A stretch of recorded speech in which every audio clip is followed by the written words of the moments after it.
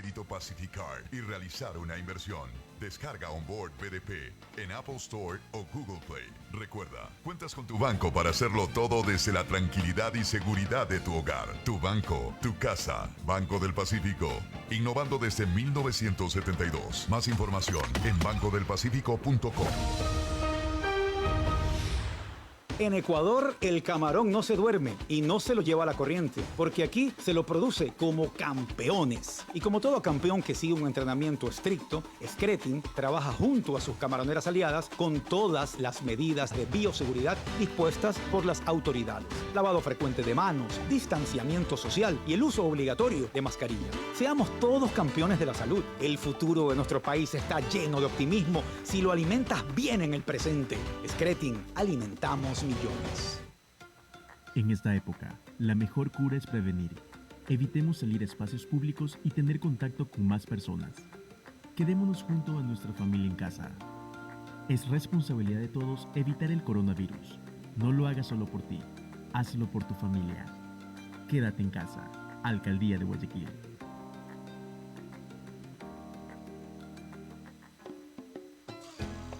Fin del espacio publicitario. En Radio Atalaya, la siguiente es una programación clasificación A, apto para todo público, contenido o opinión. A esta hora, en Radio Atalaya, presentamos Sin Amarres. Sin Amarres es noticias. Sin Amarres es opinión. Sin Amarres, una mesa de diálogo donde sobresalen los temas de mayor interés social, económicos y políticos del país. Bienvenidos a su espacio Sin Amarres.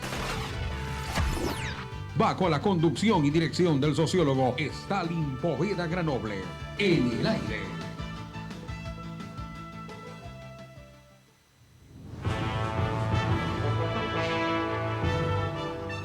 De la mañana con 30 minutos, 6:30 en punto. Es para quienes nosotros conformamos el equipo de Radio Atalaya 680M. Les decimos muy buenos días y gracias por permitirnos estar junto a ustedes en este inicio de jornada. Hoy, martes 26 de mayo del año 2020. Tenemos una importante agenda informativa que analizar y, por supuesto, también recabar información con nuestros entrevistados aquí en su programa Sin Amarres. Pero antes queremos también invitarlos a seguirnos, a que nos sigan a través de nuestras redes sociales. Por supuesto, también saludar a nuestro compañero Carlos Pacheco en la sala de controles y al licenciado Alcides Montilla y al principal de este espacio, el sociólogo Stalin Poveda. Licenciado, comenzamos con su saludo. Hola Teresa, buenos días. También saludamos a Carlos Pacheco en los controles y a Stalin Poveda, el director del programa, y en primera línea a nuestra amable audiencia, la que sintoniza Atalaya, no solamente en la ciudad de Guayaquil y el Ecuador, sino en todo el mundo. Como siempre, repito, gracias por estar en la sintonía de este programa y reciban de nosotros un abrazo imaginario a la distancia, estimada Teresa. Así es, también saludamos al sociólogo Stalin Poveda Granoble, director de Sin Amarres. Buenos días ecuatorianos. Alcides, gusto en saludarlo, Teresa Merchán. Buenos días y también a Benito Pacheco en los controles. En la semana que decurre hay que analizar cuáles han sido los impactos de las resoluciones que se han tomado en distintos cantones del país para el retorno al distanciamiento social, a la reactivación productiva y ver cuál ha sido el comportamiento en términos de la disciplina social de cada uno de los habitantes de estos cantones.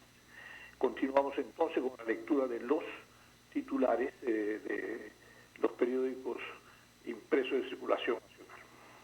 Claro que sí, vamos a iniciar con la lectura de Diario Expreso, diario que se edita en Guayaquil a través de su página web. Nos dice María Paula Romo, la ministra de Gobierno, en una entrevista señala: el Estado puede valorar el uso de la fuerza en protestas.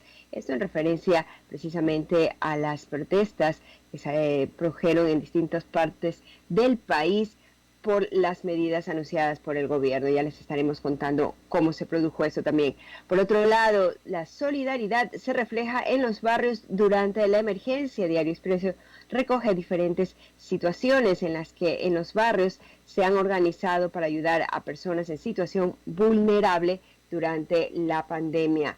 Por otro lado, entidades públicas comienzan a atender presencialmente, y también nos dice Diario Expreso que ecuatorianos varados en Estados Unidos se quejan por falta de ayuda del Estado ecuatoriano, y esto ha impedido pues que puedan regresar, mientras algunos están quedando sin recursos para mantenerse en ese país.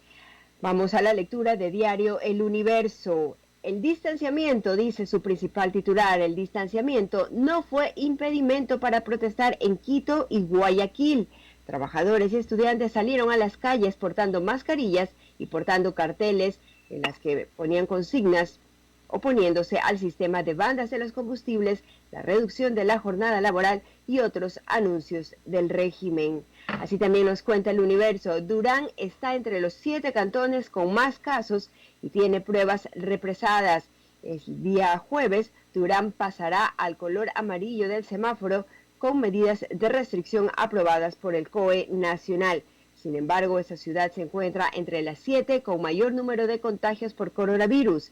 En una interpretación de las estadísticas, de cada 100 pruebas realizadas, 100 pruebas PCR tomadas en total en ese cantón, 49 han salido confirmadas con el virus. Por otro lado, nos cuenta también El Universo, pérdida por 30 millones en cultura. A causa del COVID-19, el 85% de las actividades artísticas y culturales están detenidas en el país, lo que ha generado una gran pérdida en ese sector. Y en lo internacional, Estados Unidos deporta a más de 1.000 menores de edad en medio de la crisis.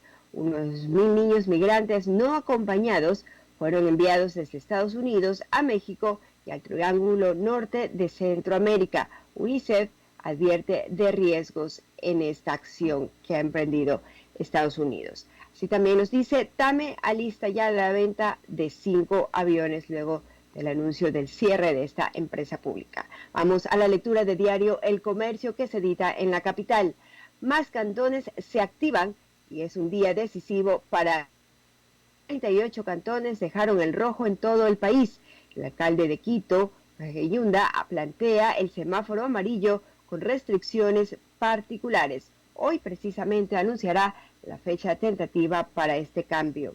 También tributos por adelantado para quienes ganan más. Un decreto puede ser la vía para concretar el anuncio del gobierno para que quienes ganan más de $5.000 mensuales contribuyan a la actual crisis. El presidente dijo que pedirá lo mismo a las empresas que no han sido afectadas por la emergencia. Y también recoge Diario El Comercio lo que sucedió ayer en las distintas calles del país, protestas contra las medidas sin distanciamiento, dice Diario El Comercio. Y por otro lado, dice Odebrecht habla de acuerdos, mientras tanto aún se mantienen las deudas. Y hoy martes circulan los vehículos a nivel nacional, en los cantones que tienen semáforo en amarillo, los vehículos cuyas placas terminan en 3, 4, 5 y 8, y en los cantones que están en rojo, los vehículos cuyas placas terminan en 3 y 4, estimado sociólogo. Muchas gracias, Teresa.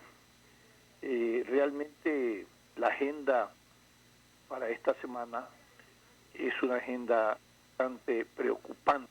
Calientan las calles y esto implica que las medidas tomadas por el gobierno no ha tenido una aceptación en distintos sectores empresariales, gremiales, sociales, los cuales hacen de que, independiente de la emergencia nacional, el decreto de emergencia, la gente ha salido a las calles a protestar, y protestas que tienen que ver con consignas, ¿no?, políticas que van desde fuera los del gobierno hasta condenar las medidas económicas.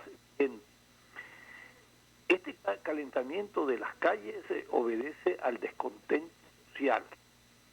Ese descontento social que hoy no se canaliza en promoción de la estructura y la organización de orden gremial, sino a través de redes sociales y la espontaneidad de la gente que se va uniendo alrededor de estas acciones. La ministra del Gobierno ha dicho que evaluará el uso de la fuerza progresiva. Es evidente que después de lo que pasó en octubre y con un decreto hoy vigente, extendido un mes más, el decreto de emergencia, el gobierno no se haya preparado o no haya aprendido la lección de cómo controlar estos focos insurgentes, estos focos de reacciones sociales. Dice que en Quito hay alrededor de unos 14 focos, ¿no?, de presión social, de movilización, y que responderían evidentemente a la línea política del gobierno del expresidente Rafael Correa. Si los tienen identificados y ubicados, creo que es fácil el control. Eso lo puede controlar porque está ubicado y está focalizado. Los que no podrán controlar, y esto hay que tener mucho, son las movilizaciones espontáneas convocadas a través de redes sociales, que se están haciendo muy común. Un país europeo, el caso de Madrid, el partido Vox, ¿no?, acaba el sábado de hacer una gran movilización con características totalmente diferentes. Era una movilización vehicular, donde se tomaban en cuenta las normas del distanciamiento social, ¿no? Y evidentemente esto convulsionó a ese país, dependiente de todas las medidas de restricciones que estaban. Por lo tanto, el gobierno va a tener ahora que empezar a definir estrategias y tácticas de control a nivel de reacción social, sin que eso implique violación de derechos, que la gente, cuando se organiza o se moviliza o es movilización espontánea, habla de que es un derecho a la resistencia. Ese derecho a la resistencia tiene también sus observaciones y sus connotaciones respecto al del derecho a la resistencia. Mucha gente, como se vio en el caso de octubre, sobre pretexto de la resistencia, eso terminó en delincuencia común, que afectó intereses tanto de infraestructura privada como intereses de infraestructura pública, pero conmocionó la forma, ¿no?, de la agresividad, la delincuencia, cómo se incorporaran dentro de este derecho que evidentemente tenemos todos los ecuatorianos y que es un valor constitucional. Veamos entonces cómo va a tener que lidiar el gobierno con un nivel de credibilidad o de popularidad de un 18%, más allá de que el presidente Lenín Moreno ha dicho que no está ahí para gobernar por su popularidad, sino para tomar las decisiones en el momento preciso en beneficio del país. Sin embargo, hay cuestionamientos muy serios respecto a su palabra ética en el valor político, de que en principio retiró todas las aportaciones que debían darse público y lo privado en la ley de solidaridad, y hoy está pensando a través de decreto ejecutivo nuevamente incorporarlo. Se cuestiona esa falta de seriedad respecto a la visión y los planteamientos, porque se juega un poco como al gato al ratón.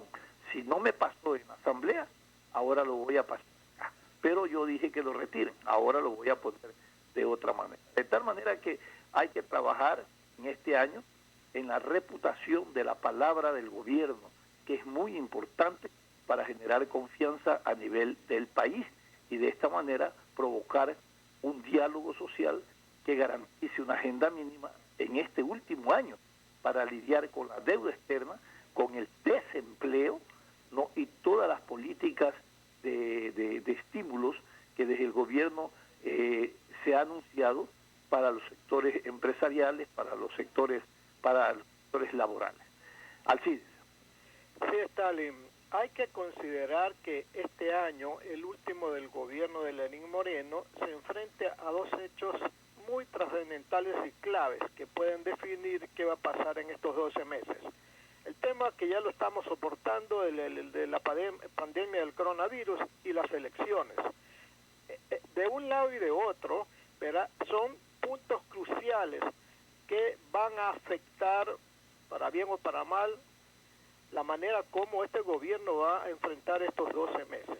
Por el lado del coronavirus, porque tendrá para que en 12 meses recuperar el terreno, recuperar al país de esta pandemia que ha ocasionado grandes problemas en el empleo, en el funcionamiento de las empresas y en la salud de los ecuatorianos, que obligará al gobierno a destinar grandes recursos. Pero por otro lado también la campaña electoral, de la cual hasta el momento sabemos que se va a realizar, aunque no conocemos si es que efectivamente para el 7 de febrero, cuando ya se cumpla la primera vuelta, ¿verdad?, estemos ya libres del coronavirus, cuestión que personalmente la considero que no va a ser posible.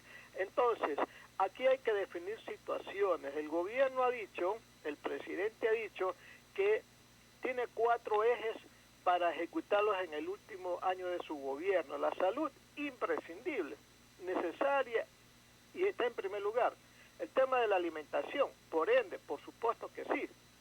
Los 2 primeros son ineludiblemente los que estén marcando la pauta de la atención gubernamental.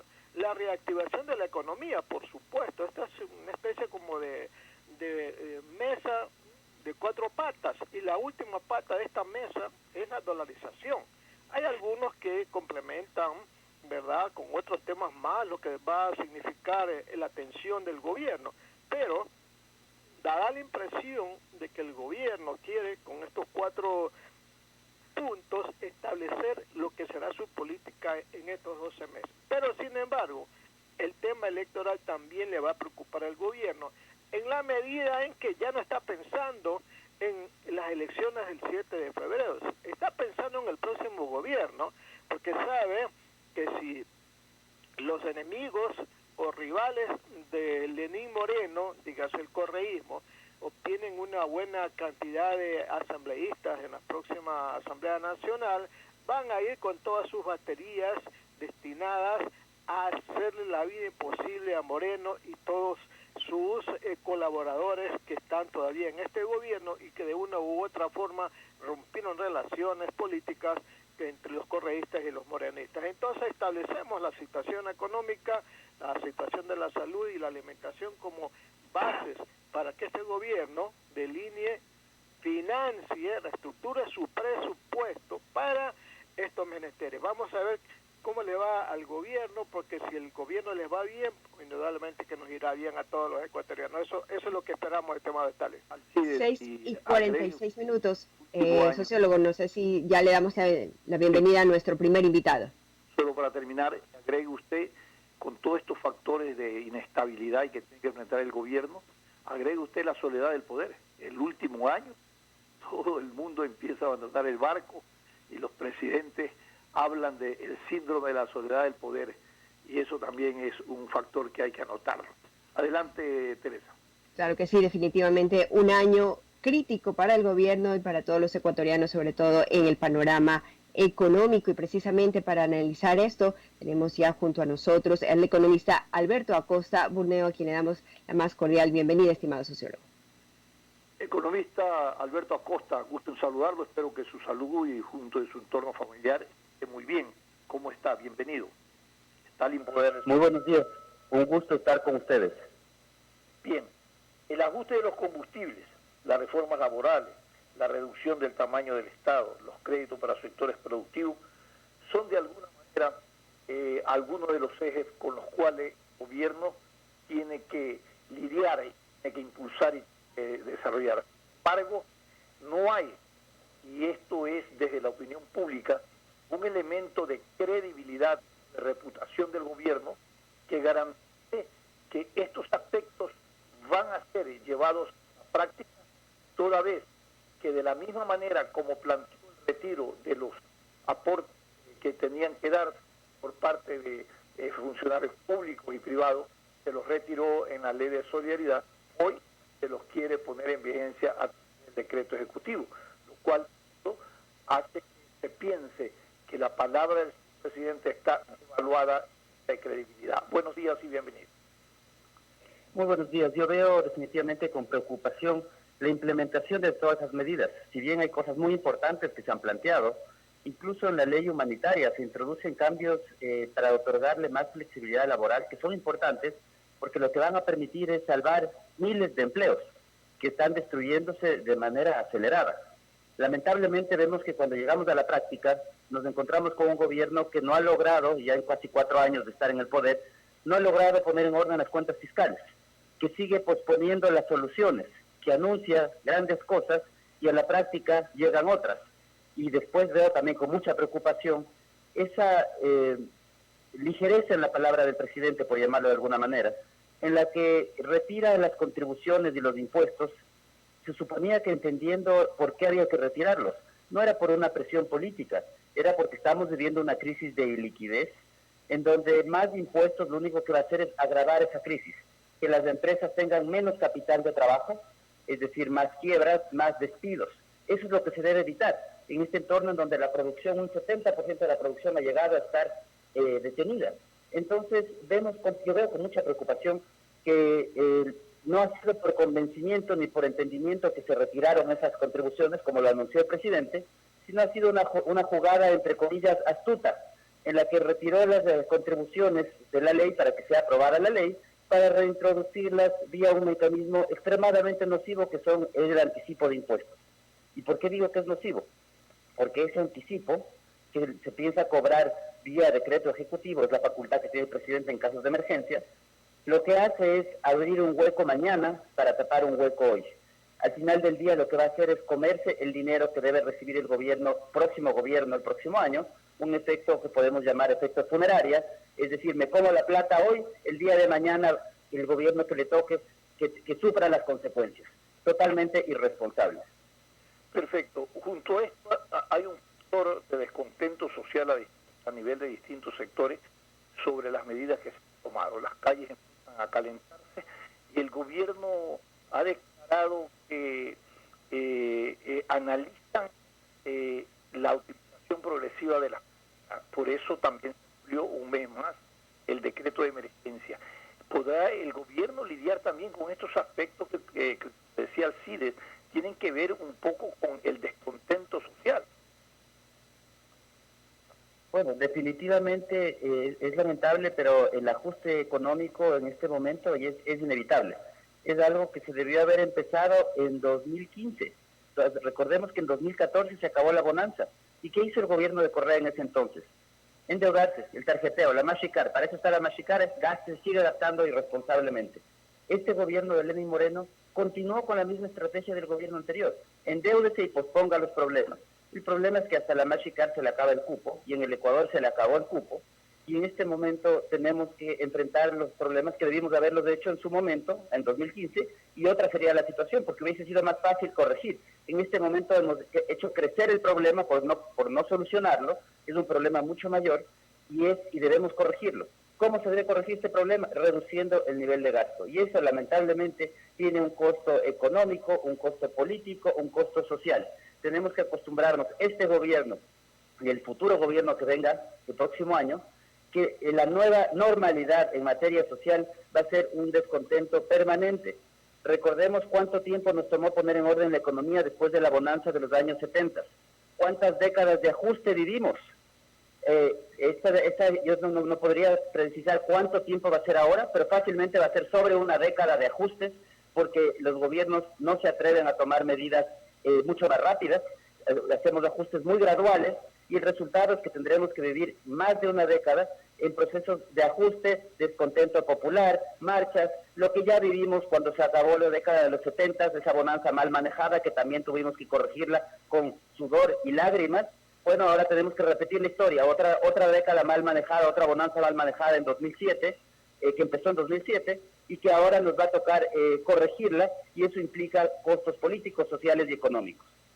El gradualismo se impone en el momento de las decisiones políticas de los gobiernos de turno, y esto tiene que ver un poco con la credibilidad y la popularidad de los gobiernos, porque siempre están todos frente a decisiones políticas que deben de tomarse oportunamente, deben de tomarse con decisión. En medio de esto sería importante analizar de qué manera un diálogo social en el marco de una agenda misma podría haber contribuido a consensos que hoy nos hubiera permitido acoger medidas consensuadas y que bajen la presión de orden social. Definitivamente el gobierno desperdició su momento. Un gobierno tiene, al inicio tiene que empezar proponiendo un programa coherente, recogiendo consensos, apoyos de la población y tomando medidas las más importantes, las más fuertes al inicio, para poder, cuando tiene todavía toda su popularidad y todo su respaldo. Este gobierno toma las medidas cuando es inevitable. Si es que puede, no las toma. Ese es el mundo ideal para este gobierno, para el Lenín Moreno. Y si es que ya no tiene otra alternativa, toma las medidas. Y vemos que recién en 2019, el tercer año de su gobierno, y en el tercer año de su gobierno, y en el último año del gobierno, se dedica a corregir los desequilibrios que eran igual de graves cuando empezó el gobierno, porque él mismo reconoció, la mesa no estaba servida, y eso era verdad. El problema es que este gobierno no planteó un programa coherente de entrada y comienza a tomar medidas de manera reactiva. Entonces, no puede y tiene problemas que esas medidas no tienen el respaldo o el entendimiento de la población y generan un rechazo general. Yo creo que el desafío y para el próximo gobierno va a ser, esperemos que lo haga así, que de entrada plantee un programa coherente y que entre a corregir los desequilibrios. Para mí la visión gradualista es la más perniciosa para los ciudadanos, porque significa que tendremos más de una década de una economía estancada, de graves problemas, de empleos que no se recuperan, y pedirle a la población, a los nuevos jóvenes que entran a la fuerza laboral, decir, ¿sabe qué? Usted tiene que esperar 10 años para conseguir un buen trabajo. Yo creo que eso es injusto, y necesitamos corregir las cosas con mucha más valentía, mucho más rápido, no caer en este gradualismo que al final del día lo único que hace son paliativos, pañitos tibios, que no solucionan el problema de fondo y siguen posponiendo la corrección a un problema tan grave como es el Ecuador, una crisis fiscal de gran magnitud que no fue causada por el coronavirus, eso también tenemos que estar muy claros. El coronavirus fue solamente esa cereza sobre el pastel que agravó los problemas, y una crisis de competitividad que tampoco fue causada por el coronavirus y que nace de ese mal manejo de la bonanza, de esa sustitución de importaciones y otras políticas que lo que hicieron es encarecer al país. Esos dos grandes problemas tienen que ser corregidos lo más pronto posible para que la economía vuelva a crecer y para que se vuelvan a generar empleos. Hablemos, Alberto, del tema de la intervención del mercado en la comercialización de los combustibles, los ajustes que se han hecho. Muchos entendidos plantean que esto no es ni liberación de precios ni el fin de los subsidios. En definitiva, ¿qué es cómo viene esta intervención al mercado de los combustibles? Definitivamente no es una eliminación de los subsidios y tampoco creo que cumple con el segundo objetivo, que era liberalizar la importación de combustibles, que los ciudadanos tengamos el beneficio de tener muchos oferentes que nos puedan vender los combustibles de distintas calidades, de distintos precios, y liberarnos finalmente de ese monopolio de Petroecuador que nos traspasa vía el precio todas sus ineficiencias. Entonces en el Ecuador llegamos a tener situaciones, por ejemplo en estos días con precios bajos, que los precios de los combustibles en el Ecuador son más altos que en Estados Unidos. Entonces eso se hubiese logrado eliminar creando un mercado para que los importadores privados puedan traer los combustibles. Lamentablemente el decreto como está hecho imposibilita que haya un mercado privado de importación de combustibles, porque el importador podría llegar a momentos cuando los precios están subiendo, podría llegar a una situación en la que compra caro en el exterior y le obligan a vender barato en el país. Y todos sabemos que nadie compra caro para vender por debajo del costo. Entonces yo creo que el decreto tiene que ser mejorado. Me parece que es positivo que se haya tomado. Al final del día es un paso frente a lo que teníamos antes, es una mejora, definitivamente que sí, pero todavía tiene que ser perfeccionado porque el beneficio completo a los ciudadanos se va a lograr el día que haya ese mercado de importación de combustibles por parte de actores privados.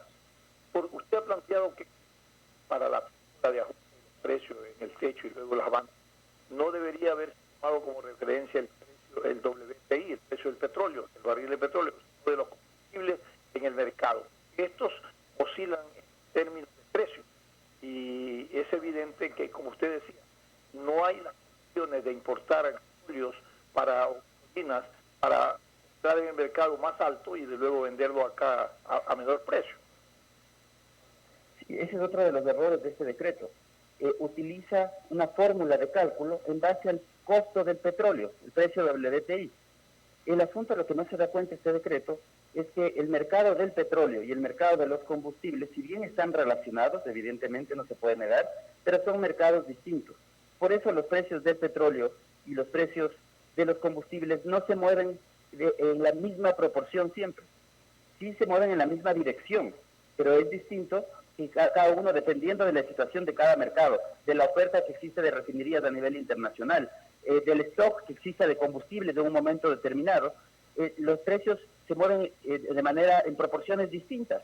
Entonces, el problema que vamos a tener con este error conceptual económico grave en el decreto es que los precios, vamos a tener eventualmente que los precios de los combustibles en el Ecuador no tienen nada que ver con los precios internacionales. Vamos a tener disparidades en los precios porque los combustibles en el Ecuador están mirando al petróleo, no están mirando a los combustibles. ¿Qué hubiese sido lo correcto? El precio de los combustibles en el Ecuador debió haberse fijado en función del precio de los combustibles en el exterior. Debimos haber tomado un combustible de referencia, por ejemplo, el combustible en Texas, más el costo de transportar ese combustible al Ecuador. Ese era un buen precio de referencia para el precio de los combustibles en el Ecuador, y eso nos hubiese además ayudado a eliminar esas ineficiencias de Petroecuador, porque actualmente la fórmula de cálculo estima el costo de producción, y nos dice el precio tiene que cubrir el costo de producción. Y eso es darle carta abierta a Petroecuador para que nos pase a los ciudadanos vía su precio todas las ineficiencias que tenga. La realidad es que los precios en el mercado no se fijan en función de los costos de producción, sino en función de la oferta y la demanda. Y eso limita las ineficiencias de actores como Petroecuador, que que son ineficientes en su producción y que cuando hay un mercado no pueden cobrar al cliente un precio más alto porque ellos son ineficientes y porque ellos tienen costos de producción más altos que el resto de operadores. Eso es otro de los temas que se debe corregir. Esto implica que no hay un estímulo para la importación a nivel privado en la liberalización de los combustibles. Primero, el Estado es el único que tiene el almacenamiento, es dueño es un monopolio como se ha planteado, y ya hubo en el país hace algún tiempo que se liberalizó de alguna manera la importación de combustible, y resulta que vinieron grandes cargamentos a nivel de cisternas en barco de producto alterado que unía con la norma INEN y tuvieron que regresarla. Aquí el tema de la calidad de los productos es totalmente una norma que eso se controla, eso no le da ningún problema.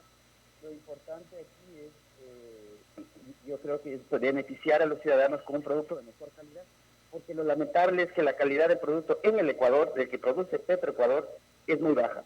De hecho, se bajó la norma que permitió que tenga menor octanaje, y es una combustible caro de mala calidad, de bajo octanaje. Eso es lo que debemos solucionar, que a través de este mercado privado de importación de combustibles, los ciudadanos podremos tener combustible de mejor calidad, además podemos tener oferta de no solamente Dice el ministro René Ortiz que el decreto es una primera señal para el sistema de precio de mercado. Aló, Alberto, ¿me escucha? Aló, Alberto. ¿Aló? ¿Aló? ¿Sí me escucha, Alberto? ¿Aló? Hola. Sí, yo se escucho perfectamente. Dice el ministro René Ortiz, el decreto es una primera señal para el sistema de precio de mercado. ¿Cómo se aplica este tema de las bandas para los ajustes de precios? El momento que el petróleo y el momento que la gasolina vaya...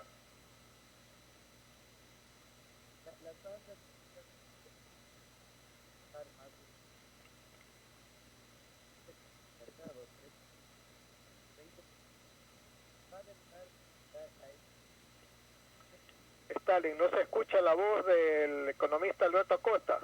Y podemos decirle a Carlos que tal vez mejore, ¿no? Perdón. Alberto, vamos a tener que colgar porque no tenemos retorno y Exacto. Lo volvemos a llamar. Alcides, continúas tú en el retorno con Alberto, ¿ok? Sí, para establecer si efectivamente tenemos comunicación con el economista Alberto Acosta. Carlos, diga.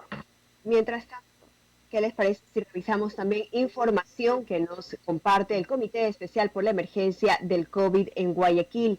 En los últimos 10 días el promedio de fallecidos por este virus es menor a 1 dice como buenas noticias que nos comenta el Comité Especial por la Emergencia. Hay días en los que se han registrado 0 víctimas. Este comité nos invita pues a todos quienes habitamos en Guayaquil a mantenernos con la responsabilidad, cumpliendo con el distanciamiento social de 2 metros, el uso de mascarillas y las prácticas de higiene constante. Así también Guayaquil, superada la etapa más dura de la emergencia, también está demostrando su solidaridad, pues se ha coordinado con las prefecturas Santo Domingo, de los Áchilas y Los Ríos para el envío de medicina importante. Vamos en este momento, cuando son las 7 de la mañana con 3 minutos, licenciado, a retomar el diálogo con nuestro entrevistado, el analista Alberto Acosta Borneo. Sí, ¿nos escucha Alberto? Sí, les escucho muy bien. Sí, le saluda el periodista Alcides Montilla. Alberto, en su informe a la Nación, el presidente Moreno estableció 4 ejes de lo que según él va a ser la política que se va a aplicar en este último año de gobierno. Habló del tema de la salud, de la alimentación, de la reactivación de la economía para cuidar empleos y del fortalecimiento de la dolarización. Y la pregunta es, ¿sobre qué bases el gobierno, verdad, va a sostener o va a ejecutar estos ejes? ¿Con qué bases o con qué credibilidad ciudadana, Alberto? Yo veo, me parece positivo que plantee esos ejes. Veo con preocupación en los detalles, ¿qué es lo que va a hacer? Porque cuando el gobierno habla de proteger el empleo y al mismo tiempo dice voy a crear una nueva contribución a las empresas, vía decreto ejecutivo, voy a anticipar impuestos, realmente no está cumpliendo el objetivo de proteger empleos. Todo lo que quite dinero de las empresas en este entorno, empresas grandes o pequeñas, no importa el tamaño, es menos capital de trabajo. Eso significa que va a tener que salir, las empresas van a tener que hacer un ajuste mayor y esto va a acelerar la destrucción de empleos. Entonces no es el entorno, en un entorno de una crisis, de una paralización de la producción del 70%, no es el entorno para más impuestos, para sacar más dinero de las empresas. Entonces veo que ahí hay muchas contradicciones. Y me preocupa mucho más todavía cuando dice voy a proteger la dolarización. Eso significa que quiere usar esa carta del miedo para aplicar cualquier medida. Porque lamentablemente los políticos no entienden normalmente que el único riesgo que tiene la dolarización es el gasto fiscal descontrolado, porque el único que puede acabar con la dolarización es un gobierno o un político que diga yo quiero seguir gastando y para eso quiero tener una nueva moneda y pagar a todo el mundo en bonos o en una nueva moneda. No hay más riesgos para la dolarización. La salida de dólares no pone en riesgo la dolarización, las importaciones tampoco, la salida de capitales tampoco ponen en riesgo la dolarización, porque si aumenta o disminuye la cantidad de dólares, algo que sucede todos los días, todos los años, siempre sucede, no tenemos una cantidad fija de dólares, hay dólares que entran o que salen en momentos determinados, lo único que se ajusta es el poder de compra, los precios. Cuando entran muchos dólares, suben los precios, ya lo vivimos en la bonanza. Cuando salen los dólares, caen los precios, lo estamos viviendo en los años anteriores. Entonces, aquí hay que estar muy claros, el único riesgo que existe es cuentas fiscales desordenadas, pero me temo que el gobierno lo que quiere hacer es usar ese pretexto para justificar medidas para seguir buscando cómo recaudar recursos. Que esa es a este momento la única prioridad del gobierno, es solucionar sus cuentas fiscales, pero no se da cuenta que al recaudar más, lo que hace es destruir los empleos, destruir ese bienestar que estamos viendo que cada vez se ve más afectado por la grave situación que estamos viviendo. Economista, el presidente Moreno, ni cuando fue entrevistado por algunos periodistas, ni en el informe a la Nación que presentó en la Asamblea, se refirió a un tema clave en este momento, la crisis del IES. La institución ha perdido liquidez, ha perdido afiliados, más de 132,000 afiliados, y solo tiene 474 millones para el pago de las obligaciones del seguro, entre ellos las pensiones de los jubilados. En ese entorno, el directivo del BIES, Vinicio Troncoso, le ha mandado una carta en donde le propone una serie de acuerdos, entre ellos que se pague, ¿verdad?, ese 40% que el gobierno ha dejado de hacerlo en los últimos tiempos. En esa situación yo le pregunto a usted, ¿cómo ve el panorama presente del Seguro Social? El problema del Seguro Social es muy profundo, vive una crisis de gran magnitud que requiere de medidas urgentes. el Seguro Social es otro de los damnificados del socialismo del siglo XXI, de ese toque mágico del expresidente Rafael Correa, que todo lo que tocaba lo transformaba en una situación inviable. Y el problema con la seguridad social, y tiene que ser corregido, es que tiene servicios que no están financiados. Tenemos que ir al origen del problema. Hay que revisar todos los servicios de la seguridad social y recortar todos aquellos que no tienen financiamiento, porque la entidad se está desangrando y pronto va a quedar sin recursos. Ya han anunciado que tienen recursos para 3 meses. Es decir, es insostenible la crisis de liquidez dentro del IES. Y esto significa, lo responsable es revisar los servicios, revisar cuáles no tienen financiamiento y recortarlos y quedarse con los servicios más importantes, pero de manera que tengan financiamiento para que sean sostenibles. Y yendo a temas ya de fondo, el problema de la seguridad social es nuevamente el que exista ese monopolio de la seguridad social, que además sirve muy bien como un botín de los políticos, porque la seguridad social es la caja chica de los políticos para poder gastar más, para sacar recursos. Entonces los ahorros de los ciudadanos, nuestros ahorros para nuestras jubilaciones, llegan a las manos de los políticos para que sean usados como les dé la gana, y después, cuando ya se acaba la plata, nos dicen, oh, qué pena, ya no tenemos más. Eso tiene que cambiar, y yo creo que la manera de cambiar es transformando el esquema de seguridad social a un esquema de competencia, donde existan también fondos privados de seguridad social que compitan con el IES y que le obliguen a mejorar, a ser eficiente, porque lamentablemente también no hay que olvidar que el IES tiene una cantidad de personal y de gasto descomunal. Gran parte de lo que nosotros ahorramos sirve para financiar gasto corriente, para financiar burocracia, y no tenemos otra alternativa, no tenemos cómo escoger los ciudadanos, tenemos que quedarnos contentos y callar, y eso no puede continuar. Nosotros necesitamos tener opciones de escoger el Fondo de Seguridad Social que nos dé los mejores beneficios, que nos dé las mejores prestaciones, y irnos hacia ese. Y eso les va a obligar a todos, incluyendo el IES, a mejorar, a dar mejores servicios y de esa manera beneficiar a los ciudadanos para poder seguir manteniendo clientes. Otro tema que no es menos interesante también es el educativo y particularmente de la educación privada. En los últimos días la Asamblea ya aprobó una serie de beneficios para uno y de perjuicios para otro. Cuando hablo de perjuicios hablo exactamente de los empresarios dedicados a la educación particular. ¿Qué objetivo, qué fin o qué futuro inmediato le ve a este sector economista? En la educación el país está pasando una crisis grave y me parece absolutamente irresponsable y populista por parte de la Asamblea pedir que se pueda entregar un servicio sin pago. ¿Por qué no dicen que en las tiendas de barrio tenemos que mientras dure la emergencia podemos retirar productos sin pagar? ¿Por qué no dicen que en los almacenes de ropa podemos ir a comprar ropa sin pagar por esa ropa, mientras dure la emergencia? Y así, infinidad de ejemplos. Entonces entramos y nos dicen, no, en los colegios sí podemos recibir el servicio y podemos además no pagar. Entendemos todos que la situación es muy compleja, entendemos que mucha gente ha perdido empleo, pero tampoco nadie puede operar y entregar un servicio gratis. Eso no existe.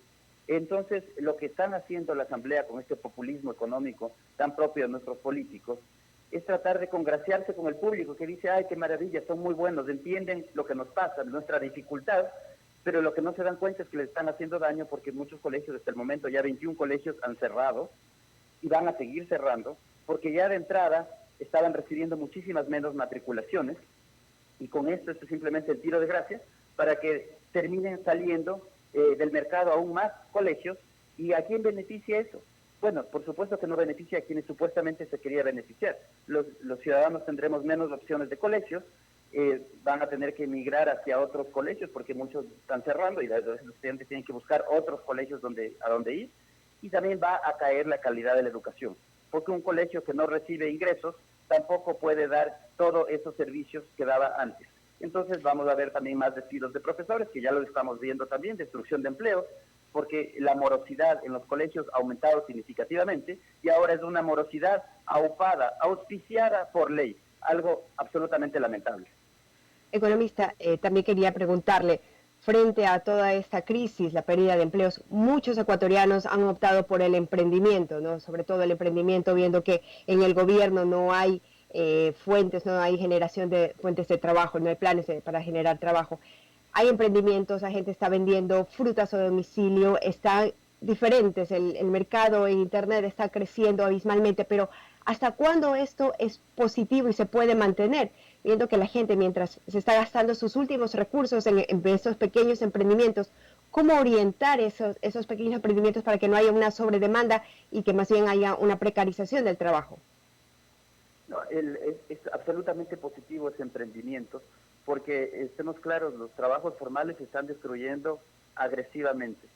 El Ministerio de Trabajo indicó que en los 2 primeros meses de la pandemia se destruyeron más de 70,000 empleos adecuados. Si vemos las cifras de la Seguridad Social, se han desafiliado alrededor de 150,000 personas.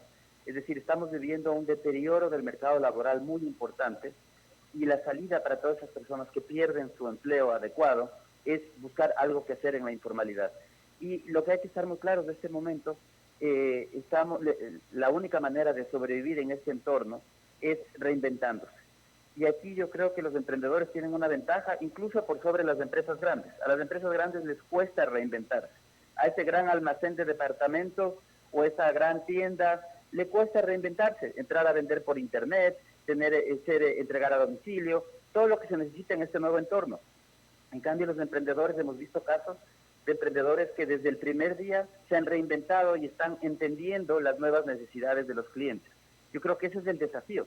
Y es una gran oportunidad para los pequeños, para los medianos, para crecer, porque frente a la lenta reacción de los más grandes en el mercado, ellos tienen oportunidades para encontrar nuevos nichos de mercado. El que le va a ir mejor este momento es el que interprete bien las nuevas necesidades de los clientes. Los gustos de los clientes han cambiado y muchos de estos gustos de manera permanente. Entonces tenemos que seguir impulsando el emprendimiento y me parece que es una gran alternativa para seguir obteniendo ingresos de un entorno donde no existen empleos adecuados. Así es. 7:15 a.m. Le agradecemos, economista, por haber estado junto a nosotros en esta mañana y esperamos volver a retomar el diálogo para seguir analizando los aspectos económicos del país. Muchísimas gracias, siempre es un gusto. Nos vamos a una pausa comercial, pero sigan en compañía de su programa Sin Amarres. Este es un programa de opinión, categoría O, apto para todo público. El siguiente es un espacio publicitario apto para todo público. La ciudad cambió de semáforo y EMAPAC sabe que en esta nueva etapa es donde más responsables y cuidadosos debemos ser. Por eso aquí estamos. Son 70 días que hemos trabajado incansablemente junto a la operadora. 70 días de servicio durante la emergencia sanitaria. 70 días entregando agua potable de calidad. 70 días de mantenimiento y tratamiento de aguas servidas. 70 días trabajando en las condiciones más difíciles. 70 días ininterrumpidos de llevar esperanza a todos los guayaquileños. Porque cuentas con nosotros. La Alcaldía de Guayaquil y EMAPAC. Seguiremos trabajando por ti. Fin del espacio publicitario. Usted está escuchando un programa de opinión, categoría O, apto para todo público. Sin amarres, una mesa de diálogo donde sobresalen los temas de mayor interés social, económicos y políticos del país. Sin amarres, bajo la conducción del sociólogo Stalin Poveda Granobles. En Sin Amarres, le damos la bienvenida al invitado de hoy. 7:17 a.m, 7:17 a esta hora le decimos buenos días y gracias por estar junto a nosotros al ingeniero Guido Varela. Él es director de la Red Ecuatoriana de Tenderos. Estimado licenciado. Muy buenos días, gracias a todos nuestros radioescuchas, aquí muy pendientes. Don Guido, buenos días. Lo saluda primero Teresa Marchán y quien le habla el periodista Alcides Montilla. En una crisis como la actual, crisis desde el punto de vista sanitario, ¿verdad? Los ojos de los ciudadanos que regularmente estamos en cuarentena, miramos también al sector de la producción agrícola y de la generación de alimentos como prioritarias para mantener esta cuarentena, ¿verdad? Y cuando miramos al sector agrícola, miramos a los mercados y también miramos a las tiendas, como las que están más cercanas para que suministren las demandas de alimentos necesarias para la supervivencia.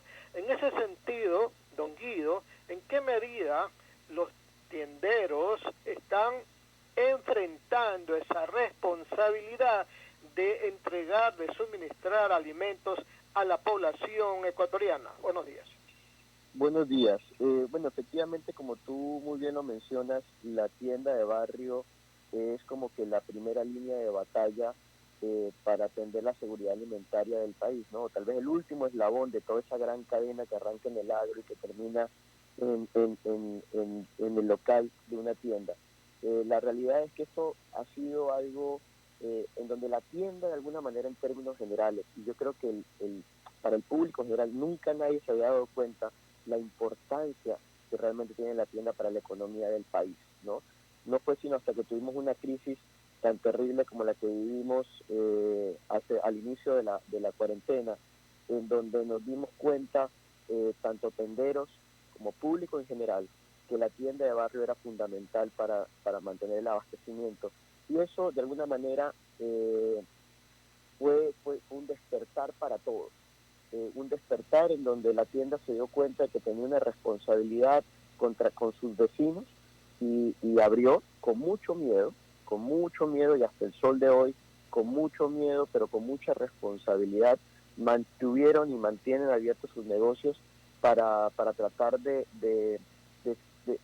cubrir toda esta situación que se dio, en donde en las primeras semanas, como todos sabemos, existieron problemas de desabastecimiento propios de la cadena logística, porque muchas compañías no tuvieron la estrategia de poder llegar a todas las tiendas, porque existe un problema medular que es transversal al consumo masivo, y es que la cobertura por parte de las compañías de consumo masivo no es completa. Son realmente muy pocas compañías las que llegan a todas las tiendas de barrio, y la gran mayoría de tiendas desafortunadamente se ven obligadas a abastecerse en un mercado abarrotero mayorista que durante los inicios de la crisis cerraron, ¿no? Y eso obviamente produjo pues los malestares y el incremento de precios, porque no existía una oferta suficiente y una gran demanda. Esas fueron algunas de las cosas que han quedado en evidencia y justamente por las cuales ahora como Red Ecuatoriana de Tenderos queremos justamente también apelar por este gremio, ¿no? La demanda, como en otros sectores de la actividad comercial, la demanda actual es la de comprar a domicilio. ¿Hasta qué punto las tiendas en el país están en ese proceso de atender, de enviar los alimentos a domicilio, don Guido? Mira, lo que sucede es lo siguiente. El tema del servicio a domicilio era algo que en alguna medida había venido se dando en niveles económicos altos y medios altos, porque justamente esos niveles de alguna manera le dan preferencia a la tranquilidad y porque las tiendas no son tan cercanas, ¿ok? En un barrio en el económico alto habrán 5 tiendas, lo que para esas mismas dimensiones podrán haber 30 tiendas en un barrio más popular, ¿no? Entonces, ¿qué es lo que sucede? Yo creo que si bien algunas iniciativas van en tema de que la tienda brinde un servicio a domicilio, creo que también hay que compensarlo del otro lado. Eso está muy bien y se está implementando y las tiendas que pueden o que están en sus condiciones lo están haciendo. Pero yo no creo que sea algo que todas las tiendas lo puedan llevar a cabo. Porque conforme llegas a niveles más populares, alguien tiene que cubrir ese costo. En niveles económicos altos no voltean a ver muchas veces ni siquiera la factura del servicio a domicilio, ¿ok? Y eso les permite soportar. Pero cuando llegas a un nivel más popular, por más que exista la buena voluntad del tendero por atender a su vecino, es un tema más complicado, porque finalmente, ¿a quién es la persona que va a ir a su tendero? Va a ser el hijo de la tendera, va a ser el sobrino, va a ser la tendera, va a ser el esposo, va a ser ese círculo más cercano que va a ir hacia un domicilio a entregar un producto y no van a pagar un excedente por ese servicio.